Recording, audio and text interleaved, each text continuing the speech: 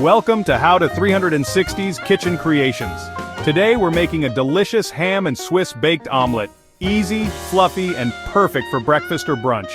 Here's what you'll need: eggs, milk, seasonings, diced ham, Swiss cheese, and a little butter. Feel free to add fresh herbs for color.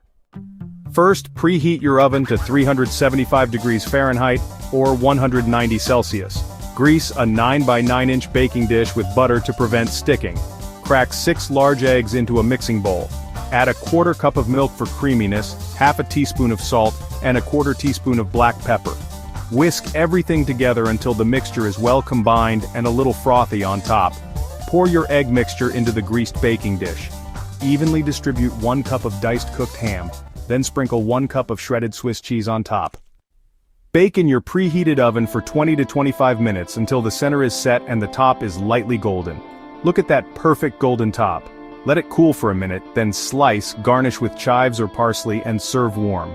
All ingredients and cooking directions are in the description below. Enjoy your ham and Swiss baked omelet. Thanks for watching. If you enjoyed this recipe, subscribe, and hit the bell for more easy breakfast ideas. See you next time.